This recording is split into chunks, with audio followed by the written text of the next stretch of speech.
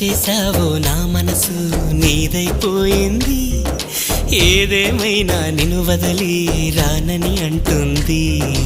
ఏం చేసావో నా ప్రాణం నీ చుట్టే ఉంది, ఏదేమైనా జీవితమే నీతని చెబుతుంది.